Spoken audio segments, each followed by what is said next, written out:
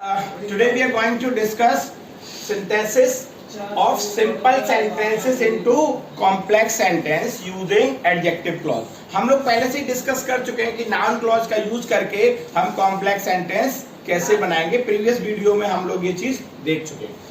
आज हम देखने वाले हैं कि सिंपल सेंटेंस को ऐड करके ज्वाइन करके हम एक कॉम्प्लेक्स सेंटेंस कैसे बनाएंगे यूजिंग एडजेक्टिव. तो जब भी हम एडजेक्टिव क्लॉज की बात करेंगे तो उसमें कुछ इंटेरोगेटिव वर्ड जो होते हैं यानी कि WH वर्ड हमारे एज अ कंजक्शन यूज करते हैं, एज अ कंजक्शन यूज करते हैं.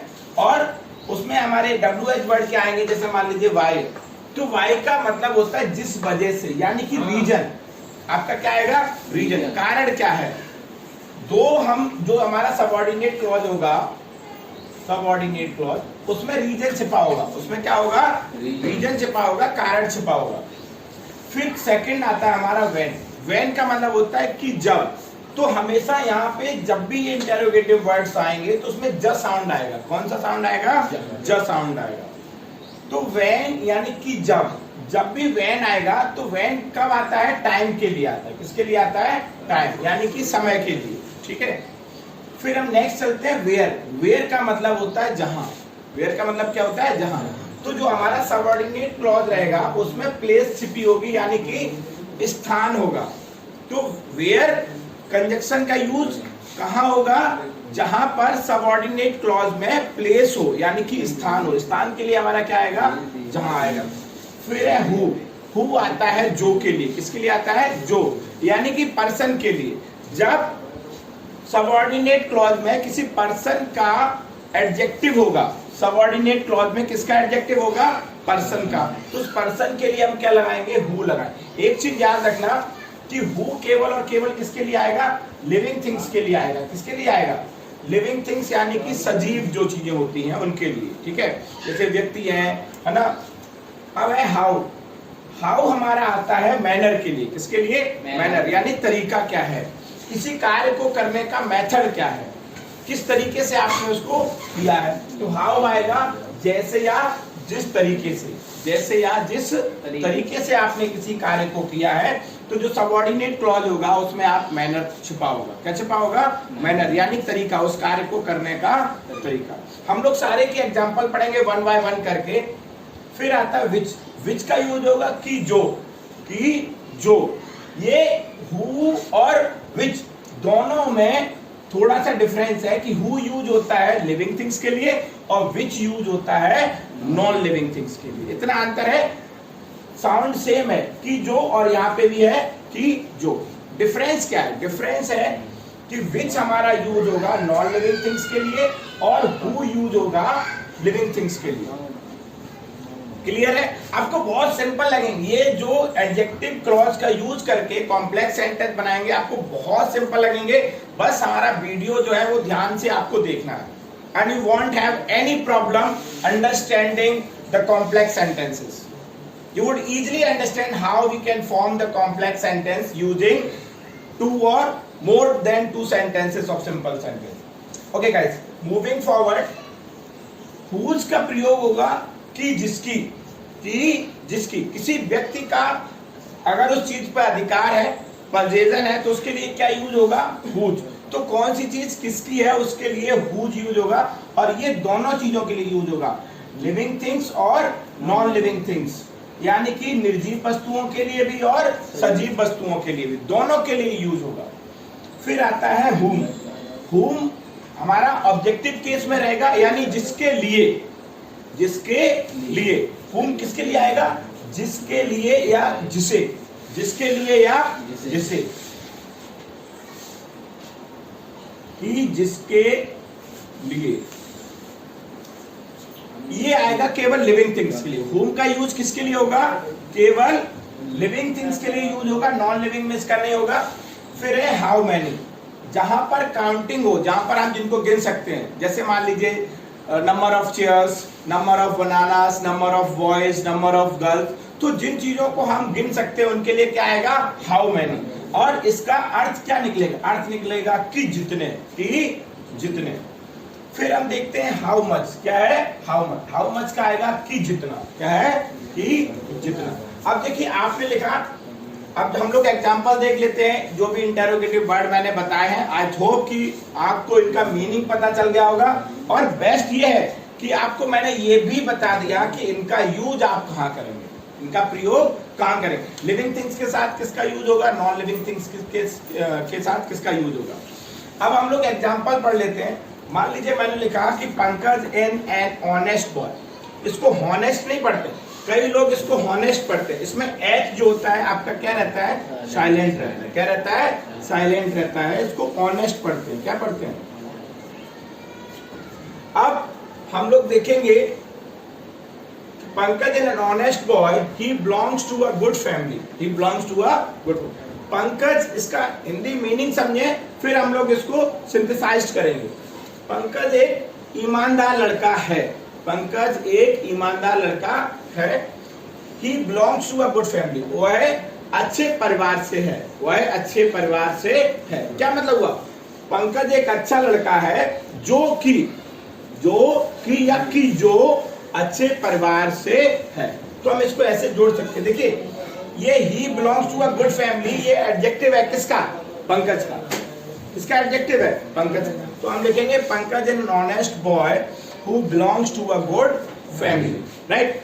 Likewise, पंकज, इसको हम दूसरी तरीके से भी कर सकते हैं। ये जो who कंजक्शन है, इस who कंजक्शन को हम जस्ट पंकज के बाद भी यूज कर सकते हैं। ठीक है, तो हम लिखेंगे Pankaj who belongs to a good family is an honest boy।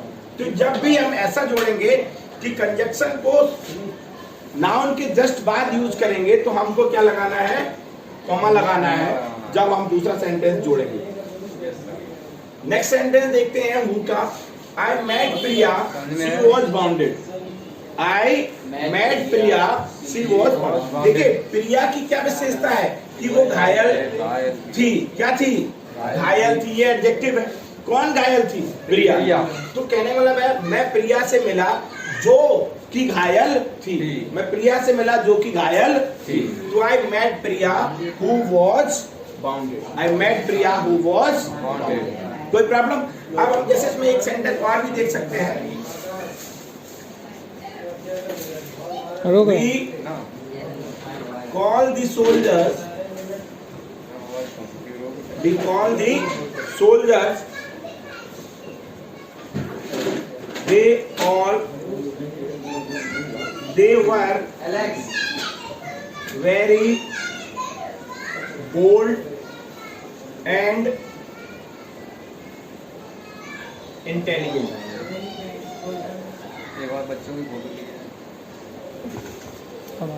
We call the soldiers, they were very bold and intelligent. हमने सोल्जर्स को बुलाया, हमने सोल्जर्स को बुलाया। We call the soldiers, या हम सोल्जर्स को बुलाते हैं। कॉल्ड नहीं लिखा है, कॉल लिखा है, तो बुलाते हैं। हम सोल्जर्स को बुलाते हैं, यानी कि हम सैनिकों को बुलाते हैं। और वो जो सैनिक हैं वो कैसे थे, बहुत ज्यादा इंटेलिजेंट और साहसी थे। तो हम कैसे लिखेंगे, वी कॉल दी। देखिए सोल्जर्स की विशेषताएं हैं ये कि नहीं है, एडजेक्टिव है। तो हम लिखेंगे we call the soldiers who were very bold and intelligent. Were very bold and intelligent. इसी तरीके से हम लोग आगे एग्जांपल्स और देखेंगे, वाई के, वैन के, वेयर के सारे एग्जांपल देखेंगे। जो keep stay with our video. तो और देख रहे हैं, he reached in the school, he found no teacher there। क्या लिखा हुआ है, there। तो जहां here there लिखा होगा, समझ लीजिए प्लेस की बात हो रही है। किसकी बात हो रही है, प्लेस की। और जब प्लेस की बात होती है तो कौन सा कंजक्शन आता है, where। where कंजक्शन किसके लिए आता है, place. he reached in the school, वह विद्यालय में पहुंचा, वह विद्यालय में पहुंचा। He found no teacher there, वहां उसे कोई अध्यापक नहीं मिला। मतलब वह विद्यालय में पहुंचा जहां उसे कोई अध्यापक नहीं मिला। क्या मतलब हुआ, वह विद्यालय में पहुंचा जहां उसे कोई अध्यापक नहीं मिला। तो देखिए स्कूल के लिए यूज हुआ क्या, देयर। स्कूल के लिए क्या यूज हुआ, देयर। तो हम इस कंजक्शन को यानी जो सबऑर्डिनेट क्लॉज है इसको हम किससे जोड़ेंगे? वेयर से, क्योंकि इसमें प्लेस की बात हो रही है, स्थान की बात। स्कूल क्या है? एक स्थान है, तो जब स्थान की बात होगी तो हम क्या यूज करेंगे? वेयर। जैसे मान लीजिए दूसरा सेंटेंस हम लोग देखते हैं कि पवन केम टू माई हाउस। ऐसे बहुत सारे सेंटेंस हो सकते हैं। Pawan came to my house, he met no one here. वह मेरे घर आया। पवन केम टू माई हाउस, पवन मेरे घर आया। He met no one here, यहाँ उसे कोई नहीं मिला, यहाँ उसे कोई नहीं मिला। इसका मतलब क्या हुआ? पवन मेरे घर आया जहां उसे कोई नहीं मिला, जहां उसे कोई नहीं मिला। जहां मतलब स्थान, मेरा घर क्या है? स्थान। हाउस क्या है? स्थान। हम नेक्स्ट बात करते हैं। मान लीजिए सेंटेंस लिखा है यू सॉल्व द क्वेश्चन। आपने प्रश्न हल किया, आपने प्रश्न हल किया। You solve the question, tell me the method. तो क्या है बेटा इसमें? देखिए बहुत इजी है, बस थोड़ा सा आपको सही से ध्यान से देखना है। क्या देखना है? You solve the question, tell me the method. आप मुझे तरीका बताइए कि प्रश्न कैसे हल किया। और मैंने आपको क्या बताया था कि जब भी तरीके की बात आ जाए, मेथड की बात आ जाए, मैनर की बात आ जाए, तो आप क्या लगाएंगे? हाउ। क्या लगाएंगे? हाउ कंजक्शन से जोड़ेंगे। तो आप क्या लिखेंगे? Tell me how you solve the question. Tell me how you solve the question. तो यहाँ पे क्या हुआ? आप मुझे बताएं, tell me how you solve the question. तो तरीका है, इसलिए किस कंजक्शन का यूज हुआ? how कंजक्शन का यूज हुआ। कोई प्रॉब्लम?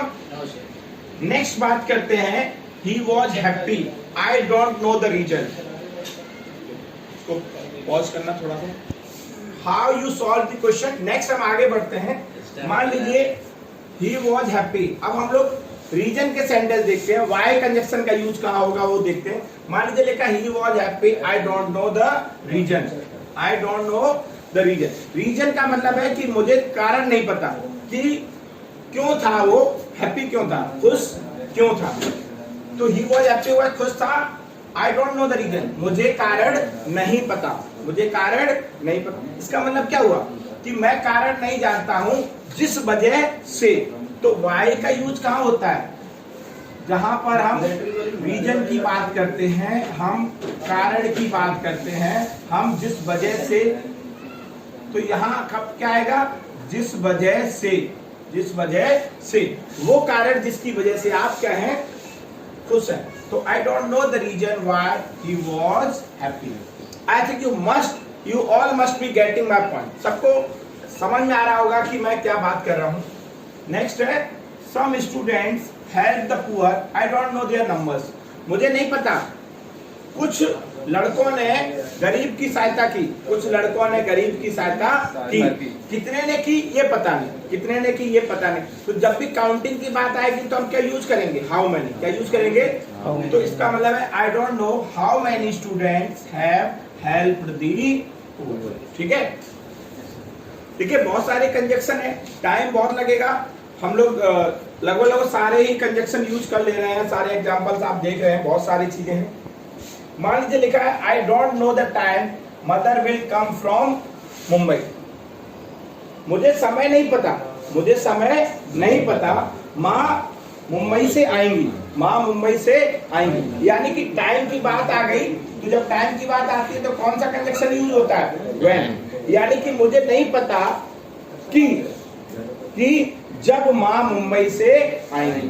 तो जब के लिए हम क्या लगाते हैं? When. I don't know the time when mother will come from Mumbai. एक चीज हमेशा याद रखना, जब भी कंजक्शन का यूज हो जाएगा तो सेंटेंस जो होगा, यानी कि सबऑर्डिनेट क्लॉज का जो सेंटेंस होगा वो हमेशा और हमेशा किसमें बनेगा? असर्टिव में बनेगा। किसमें बनेगा? असर्टिव, यानी सिंपल सेंटेंस में बनेगा। यानी कि सब्जेक्ट आएगा और सब्जेक्ट के बाद हेल्पिंग वर्ब आएगी, यानी कि वर्ब आएगी। कोई प्रॉब्लम? नेक्स्ट देखते हैं, father doesn't know the time I was born. पिताजी को समय नहीं पता, पिताजी को समय नहीं पता मैं जन्मा था, जब मैं जन्मा था तो उसका समय पिताजी को नहीं पता। क्या मतलब हुआ? Father doesn't know the time when I was born, when I was. तो जब भी टाइम की बात होगी कौन सा कंजक्शन यूज करेंगे? व्हेन। नेक्स्ट देखते हैं, I found a watch, my mother lost the watch yesterday. मुझे एक घड़ी मिली और जो घड़ी मिली वो घड़ी कब खोई, मेरे भाई ने कब खोई थी? कल खोई थी। My brother lost the watch yesterday. तो घड़ी की विशेषता क्या है कि वो कल खोई हुई घड़ी मिली। तो I found the watch which, अब देखिए वॉच हमारा क्या है? नॉन लिविंग है। क्या है? Non living. तो नॉन लिविंग के लिए क्या आया? विच आया। क्या आया? विच। ये मैंने बोला था कि नॉन लिविंग के लिए क्या आएगा? विच आएगा। कोई प्रॉब्लम? जैसे मान लीजिए दूसरा सेंटेंस है, he get a purse, he get a purse, it was stolen yesterday. ये है I get a purse, it was stolen yesterday. मुझे एक पर्स मिला, ये मैं पर्स प्राप्त करता हूँ जो कि कल खो गया था। तो क्या हो जाएगा? I get a purse या he get a purse which was stolen yesterday. So I have covered most of the interrogative conjunctions, ठीक है? And using those conjunctions we have formed so many complex sentences. I think this video must be very fruitful for your upcoming board exams, especially for class 12. So please do watch this video, subscribe my channel, like and comments the channel. Thank you so much guys. Thanks a lot.